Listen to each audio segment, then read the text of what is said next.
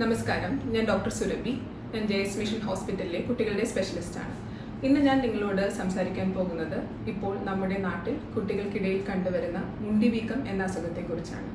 മുണ്ടിവീക്കം അല്ലെങ്കിൽ മുണ്ടിനീര്, മംസ് എന്നൊക്കെ പേരിൽ അറിയപ്പെടുന്ന ഈ രോഗം പരത്തുന്നത് പാരാമിക്സോവിരിഡെ വിഭാഗത്തിൽപ്പെടുന്ന ഒരു വൈറസാണ്.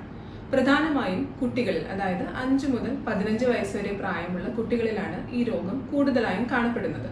കുട്ടികളിൽ നിന്നും മുതിർന്നവരിലേക്കും ഈ രോഗം പകരാവുന്നതാണ്.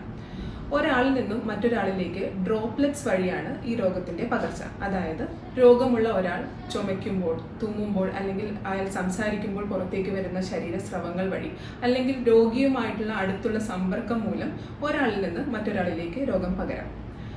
രോഗം വരുന്നതിന് ഒരാഴ്ച മുൻപും ഒരാഴ്ചയ്ക്ക് ശേഷവും രോഗിയുടെ ഉമിനീരിൽ ഈ വൈറസിനെ കണ്ടുവരുന്നതാണ്. അതുകൊണ്ട് തന്നെ ഈ മുണ്ടിവീക്കം വരുന്നതിന് 2 ദിവസം മുൻപ് അല്ലെങ്കിൽ വന്നതിന് 5 ദിവസത്തിന് ശേഷമാണ് ഏറ്റവും കൂടുതൽ ഒരാളിൽ നിന്ന് മറ്റൊരാളിലേക്ക് ഈ രോഗം പകരുന്നത്.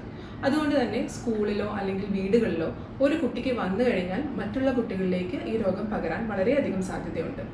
ഇനി എന്തെല്ലാമാണ് ഇതിൻ്റെ ലക്ഷണങ്ങൾ എന്നുള്ളത് നോക്കാം.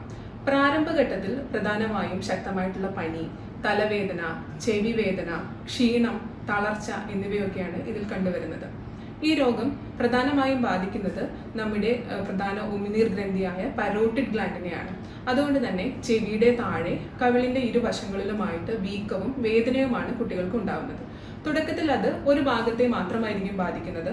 പക്ഷേ 70% കുട്ടികളിലും പിന്നീട് അത് 2 വശത്തെയും ബാധിക്കുന്നതായി കാണുന്നുണ്ട്. ഈ ഒരു വീക്കം ഒരാഴ്ച വരെ നിൽക്കാനും 2 ആഴ്ച കൊണ്ട് ലക്ഷണങ്ങളെല്ലാം പൂർണ്ണമായും ഭേദമായി കുട്ടി നോർമലായിട്ട് വരുന്നതുമായിട്ടാണ് കണ്ടുവരുന്നത്. പക്ഷേ ഇതിന് ഈ ഒരു അസുഖത്തിന്, അതായത് മംസ് എന്ന് പറയുന്ന ഈ രോഗത്തിന് കുറച്ച് കോംപ്ലിക്കേഷൻസ് ഉണ്ടാവാറുണ്ട്. അതിൽ പ്രധാനം ഈ അസുഖം നമ്മുടെ തലച്ചോറിനെ അല്ലെങ്കിൽ തലച്ചോറിന്റെ ആവരണമായിട്ടുള്ള മെനിഞ്ചസ് എന്ന ഭാഗത്തെ ബാധിച്ച് മെനിഞ്ചൈറ്റിസ് അല്ലെങ്കിൽ എൻസെഫലൈറ്റിസ് എന്നൊരു രോഗാവസ്ഥ ഉണ്ടാവുന്നതാണ്. ഈ ഒരു കോംപ്ലിക്കേഷൻ വരുമ്പോഴാണ് കുട്ടികൾക്ക് ശക്തമായിട്ടുള്ള തലവേദന അല്ലെങ്കിൽ അപസ്മാരം, പിച്ചും പേയും പറയൽ എന്നൊക്കെയാണ് ഇതിനകത്ത് വരുന്ന രോഗലക്ഷണങ്ങൾ.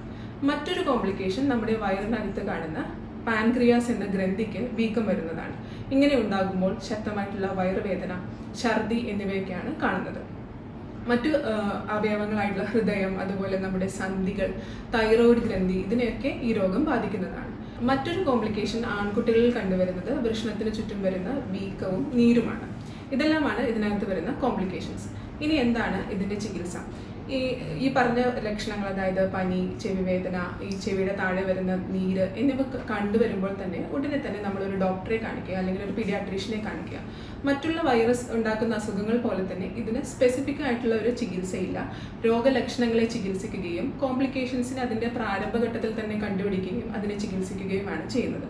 പനിയുടെയും തലവേദനയുടെയും മരുന്നുകൾ എടുക്കുക, അതുപോലെ നന്നായി റെസ്റ്റ് എടുക്കുക, നല്ല രീതിയിൽ വെള്ളം കുടിക്കുക, നിർജ്ജലീകരണത്തെ തടയുക. ഇതൊക്കെയാണ് ഇതിൻ്റെ ചികിത്സ.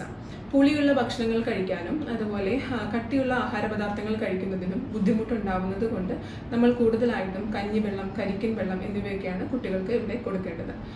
അതുപോലെ തന്നെ ഇപ്പോൾ നമ്മുടെ കുട്ടിക്ക് ഇങ്ങനത്തെ ലക്ഷണങ്ങൾ കാണുമ്പോൾ തന്നെ സ്കൂളിലേക്ക് വിടാതിരിക്കുന്നത് മൂലം മറ്റു കുട്ടികളിലേക്ക് ഈ രോഗവ്യാപനം ഉണ്ടാവുന്നത് നമുക്ക് തടയാവുന്നതാണ്. ഇനി എന്താണ് ഇതിനുള്ള പ്രതിരോധം? മംസ് എന്ന അസുഖത്തിൽ നിന്നും പ്രൊട്ടക്ട് ചെയ്യുന്നതിന് വേണ്ടി നമ്മൾ നൽകുന്ന വാക്സിനാണ് MMR. പക്ഷേ ഇത് ഇപ്പോൾ നമ്മുടെ സർക്കാർ പദ്ധതിയിൽ ഉൾപ്പെടുന്ന ഒരു വാക്സിൻ അല്ല. പക്ഷേ അധികം ചെലവില്ലാതെ നമ്മൾക്ക് ഈ വാക്സിൻ നമ്മുടെ കുട്ടികൾക്ക് കൊടുക്കാവുന്നതാണ്.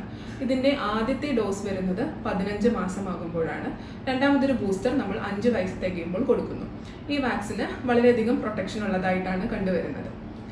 ഇതാണ് നമുക്ക് ഈ പ്രതിരോധം, ഇതിന് മംസ് എന്ന രോഗത്തിനുള്ള പ്രതിരോധം ഇതാണ്. അപ്പോൾ ഈ പറയുന്ന ലക്ഷണങ്ങൾ നമ്മുടെ കുട്ടികളിൽ കാണുകയാണെങ്കിൽ ഉടനെ തന്നെ നമ്മൾ വൈദ്യസഹായം തേടുക. ബാക്കി പറഞ്ഞിട്ടുള്ള കാര്യങ്ങൾ ശ്രദ്ധിക്കുക. ഇത്രയും പറഞ്ഞുകൊണ്ട് നിർത്തുന്നു. എല്ലാവർക്കും ഒരു നല്ല ദിവസം നേരുന്നു.